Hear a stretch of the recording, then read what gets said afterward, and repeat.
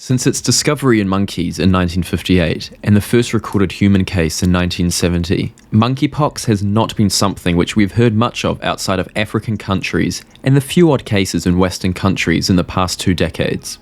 The world is on somewhat high alert as cases appear across Europe, Australia, and the Americas, with people who haven't been to Africa being infected, pointing towards a potential community outbreak.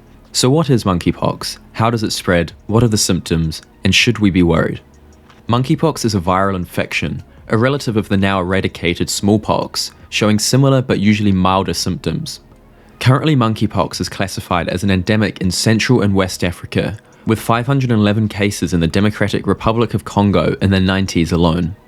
Symptoms usually start with a fever, headache, muscle pain, swollen glands, and feeling tired, followed by a rash which forms blisters and crusts over. The usual onset of symptoms is 5 to 21 days after exposure, with the duration of symptoms being 2 to 4 weeks. The virus can spread from animals to humans and also from human to human.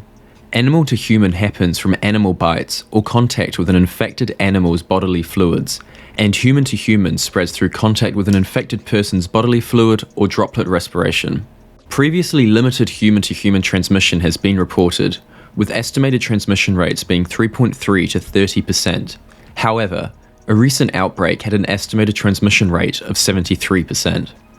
The World Health Organization currently believes the risk to the public to be very low due to the virus not spreading very easily. There are 2 main clades of the virus, the Congo Basin clade and the West African clade.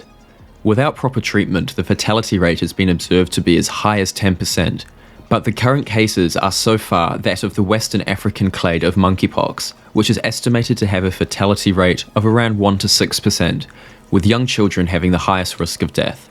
As of writing, the current state of the monkeypox outbreak is 92 cases in 12 countries outside of the endemic countries.